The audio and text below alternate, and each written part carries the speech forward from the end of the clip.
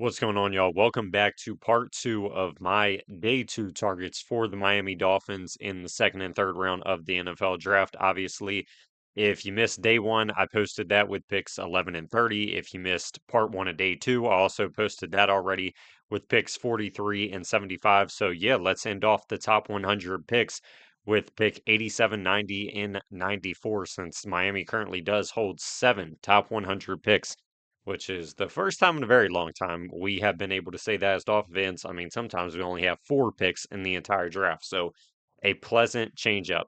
So, yeah, before we get started on my top targets at each of those spots, let's go ahead and go over the players I would guess are probably gone by pick 87.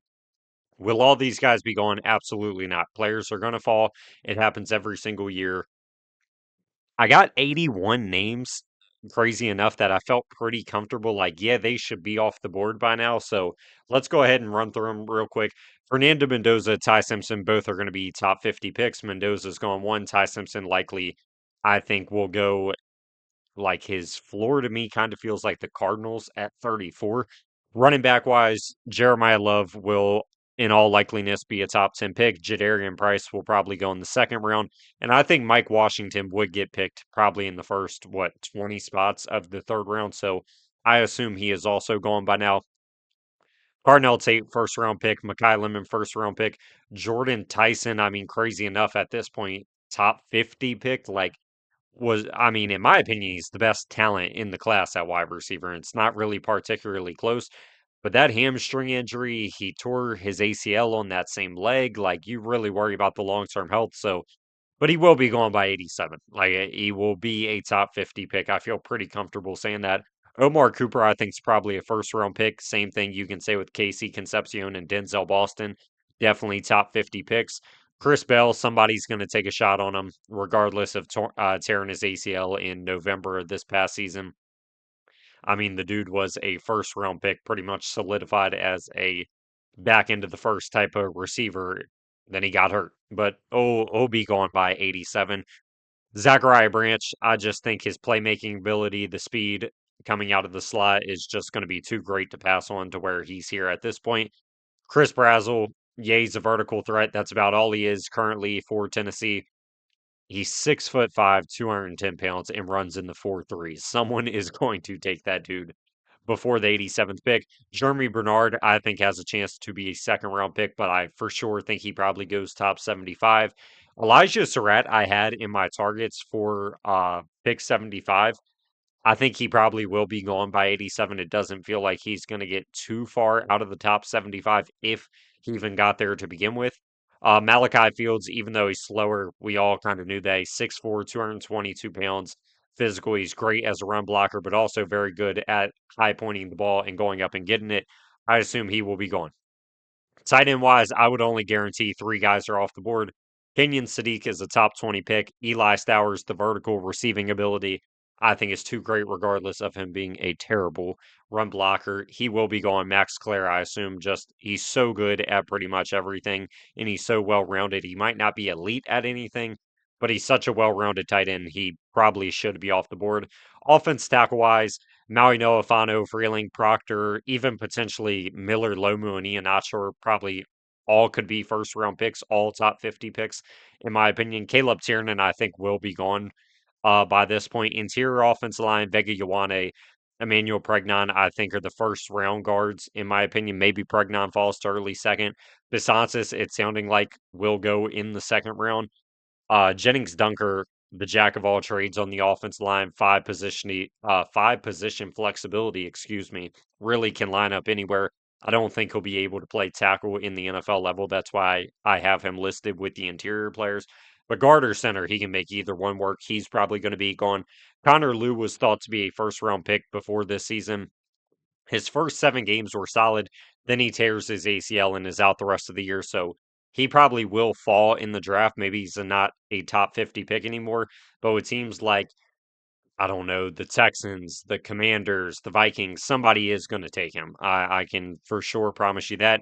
Keelan Rutledge, I had as a target at pick 43, and I had as a must draft at 75. So he, if you do not know, I believe he almost got his foot amputated last season because of a car accident, but then he played this entire season and he looked great, and the athleticism looks really good.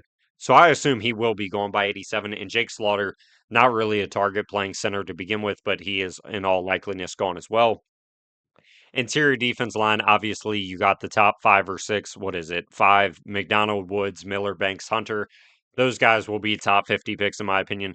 Grayson Halton, I think, is a great player. I assume he will be gone by this point, maybe a target at 75 if he fell. Dominique Orange, the big citrus, just a true nose tackle, not a need for Miami. He's probably gone.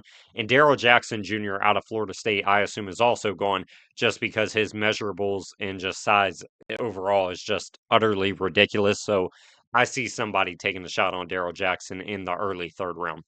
Edge rushers, Arvell Reese, Bain, and Bailey are all top 10 picks. Keldrick Falk is probably a top 20 pick. Mesdor and Parker to me are first round picks. Zion Young is a fringe first round. Talking about consensus, he's a fringe first round, probably early second round pick. Derek Moore, Gabe Akis, Malachi Lawrence, Cassius Howe, Deni Dennis Sutton, R. Mason Thomas, and Joshua Josephs. Really, all those guys could go in the second round potentially. But in all likeliness, maybe two or three will fall to the early third. I don't expect them making it to 87. Middle linebacker, Sonny Styles, probably a top 10 pick. Definitely should be a top 10 pick. Jacob Rodriguez will go in the first two rounds. CJ Allen, in all likeliness, will go in the first two rounds. Jake Golday, first two rounds. Anthony Hill, if he fell past the second, I don't think he'll be on the board much longer. Kyle Lewis, very versatile piece, great coverage linebacker, also effective in the nickel. Maybe some teams just view him as a nickel and also can play some safety. So, a super versatile player to add great coverage skills to your defense. I think somebody takes him before pick 87, which is clearly the threshold. And Josiah Trotter, he's looked at to be a project. Somebody's going to take a shot there. I mean, look at his dad, look at his brother. His brother has been a solid linebacker, great special teamer for the Eagles so far, and his dad was a very good linebacker for a long time for the Eagles. So Josiah Trotter will be picked, I assume, in the top 75 picks just based on upside, and he's great against the run and very instinctive. Going to the DBs, Mansour Lane, Jermod McCoy, Avion Terrell, Colton Hood, I think all those guys are going to be first round picks. Brandon Cisse and Chris Johnson could be first round picks. Keith Abney and D'Angelo Pons, I think definitely go in the second round. And then Davis and Igbinosun, probably viewed as a third round player, but a early third. So that's why I went ahead and marked him off as well. Caleb Downs, going to be a top 20 pick for sure. And I know it sounds crazy to say 20 because we all think he's arguably the best player in the class, but safety, we don't need to get into that, how the NFL undervalues it, and it happens every single year that good safeties fall. Dylan Thienemann's going to be a first round pick, in my opinion. I'd be shocked if he isn't. And Emmanuel McNeil Warren, even if he doesn't go back into the first, he will be a top 50 pick. AJ Halsey, in my opinion, is one of the most underrated players in the class, so I would hope, I mean, really not. If he was here at 87, I feel like that might be the best pick in the entire draft. I have a top 40 grade on Halsey, so if he fell this far, I mean, it would be a blessing. I wouldn't rely on it. Traden Stukes, even though he's older prospect, I believe he turns 25 later this year, and I guess we'll toss Keontae Scott in there as well. Versatile players can play in the nickel effectively and at safety, in my opinion, at the NFL level. Jalen Kilgore, also a nickel safety hybrid. I think I don't think, I know he's like 20 pounds heavier than Stukes and Scott, so maybe a better chance at being a full time safety. And he's only 21, so I think someone takes a shot on him after having a really good year for South Carolina. And Zakee Wheatley, I don't think is going to be here either. Only allowed 36 yards in pass coverage this year, just utterly insane. Has a great nose for the football. Maybe he doesn't cause turnovers, but he certainly gets on the ball once it is on the ground. So I think some team, oh, and he's 6'3", 205 pounds. So awesome build for a safety as well. I think he is also going by this point. All right, it is going to be different. I'm just going to give you my top targets at 87, 90, and 94. No good picks, no honorable mentions.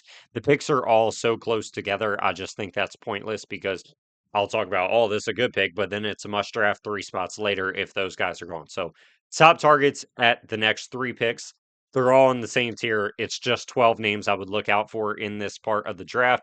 Starting off with number one, who I've talked about briefly in the past video, I put him as a must draft at 75. So you can only imagine how I would feel if he's available at 87. Ted Hurst out of Georgia State. He's such an awesome player. I know some people might say, like, Georgia State. What good NFL players ever played at Georgia State? I get what you're saying, but Ted Hurst can be an effective wide receiver at the NFL level. He's 6'4", he's 207 pounds. He's got a ton of speed in his game. He can get vertical in a hurry. He knows how to high point the ball. He's good at catching in traffic. His only problem was he had around a 10% drop rate at Georgia State this past season, and a lot of it was just focus stuff that you can fix pretty easily in my opinion. So I'm a super fan of Ted Hurst this year. Jalen Farmer out of Kentucky, if you haven't taken a guard, I think Jalen Farmer actually could contend to start as a rookie. He is a older prospect, will be 25 later this year. Great movement skills, great vertical mover, can climb to the second level in a hurry. Really shined at the Senior Bowl. So if he was available, I would definitely probably run the card in, honestly, even if you already took a tackle guard hybrid in the first round or Ian Otshore in the second or Blake Miller. Whatever you did, I would definitely add Jalen Farmer to that if he's available at this point. Chris McClellan's one of my favorite prospects in the class. I have a top 75 grade on him, which a lot of people have a day three grade on him. So I think that's where I separate myself from those type of people. But man, he's such an effective pass rusher. And if you do know in the back of your head you're probably moving off of Zach Sealer post June 1st just to get more draft capital in 2027. I think Chris McClellan would be a plug and play day one starter for your defensive line on the interior. Caleb Elam-Zor out of TCU, I think, can just be an upgrade to Tyrell Dodson. I mean, he's a very good athlete. I believe he ran in the 4.4s, very good in pass coverage this past season. So if you're looking for more of a coverage linebacker to pair with Jordan Brooks, which you really do not have with Tyrell Dodson and Willie Gay, I think Caleb Elam-Zor would also be a good decision at one of these three late third round picks.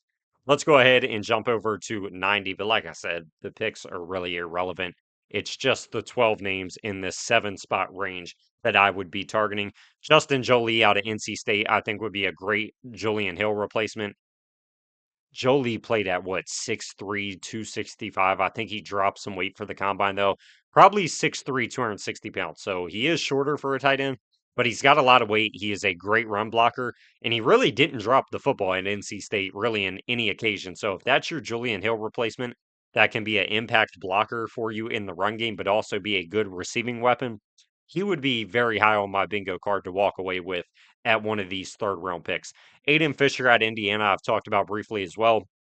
He would definitely be your Jordan Brooks replacement if he ends up getting traded because you don't want to extend him because of the age or the draft capital offer, like in Jalen Waddle's instance, was just too good to pass on. I think Aiden Fisher could come in and start for you day one at a pretty cheap price, being around 87 or yeah, anywhere from 75 to 94. I think that's a pretty good value on a middle linebacker that can start full time and lead the defense and be your Mike. LT Overton out of Alabama. I don't know if LT will be available at this point. I have him in the 90s on my big board. I think a lot of his lack of production this past season came from Alabama not knowing how to use him. But he definitely is an underdeveloped prospect. But in the same breath, he's also only 21 years old. He can play inside and out.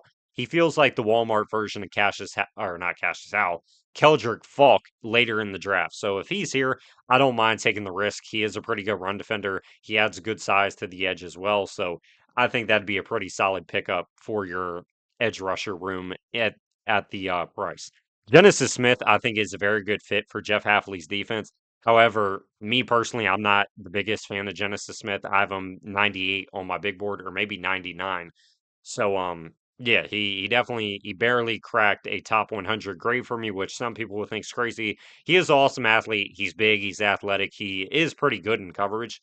Um, no, I think people overestimate it. Like he's solid in coverage for a rookie. I don't think he's this great pass coverage safety, but I can't get past how bad he is as a tackler, and I don't see a lot of effort either. If you are a safety that's what, 6'3", 210 pounds, you want those guys to be able to hit pretty hard.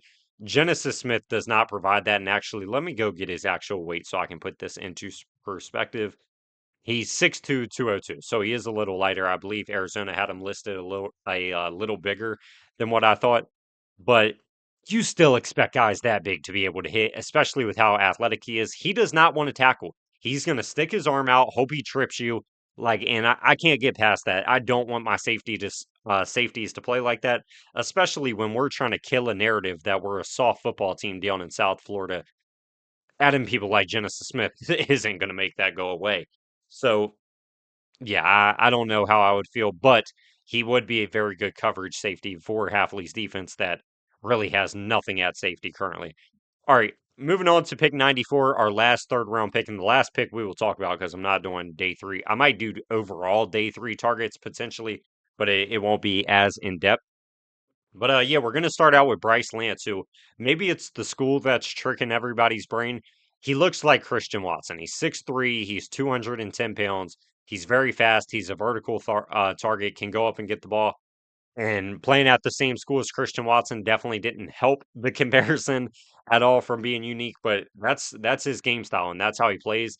And I think with a staff now ran by a bunch of former Packers, and you really don't have a player that like mold, I think Bryce Lance would be a pretty good weapon to bring in for Malik Willis to be his Christian Watson. Skylar Bell out of UConn, similar to Malik Washington, who you already have, but he is a very good playmaker with the ball in his hand. So I just think getting more of those guys in the building definitely can't hurt you. So if you're willing to take this archetype and double dip on it with, like I said, Malik already being in the offense, then I'm perfectly fine with it. He was very productive at UConn. He's a weapon after the catch. He's not the biggest guy in the world. He's like 5'11, 195. So yeah, if you want a yak receiver, Skylar Bell's a great option at the back end of the third. Devin Moore is an interesting one because based on how John Eric Sullivan has talked, you're trying to limit your injury risk players in the draft. Devin Moore definitely has struggled to stay healthy at Florida, but that's ceiling, man. 6'3", 200-pound true boundary corner, an awesome athlete, pretty good production as well. If he's there, he's a guy where it's almost like, hey, we've already made 6 selections at this point. Let's roll the dice on this guy.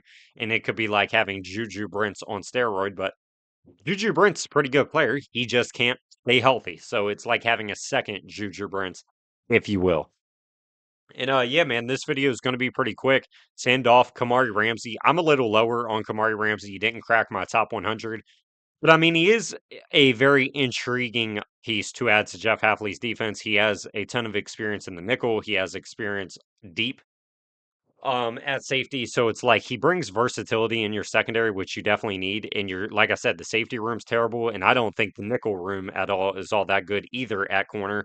So somebody that could potentially start at either of them, I do like the thought of. And I mean, Kamari Ramsey did play good football back in what 2024. He looked a lot better than what he did this previous season. So definitely a player I wouldn't mind taking a flyer on if the board fell how I assumed it did and those 81 players are gone and then some of my top targets before him are also gone, I'd be fine with Kamari Ramsey at the back end of the third. But yeah, that's going to do it for my Miami Dolphin draft targets in the top 100 picks. Y'all let me know what you think in the comments and who are some of your targets. And until next time, my friends, peace out.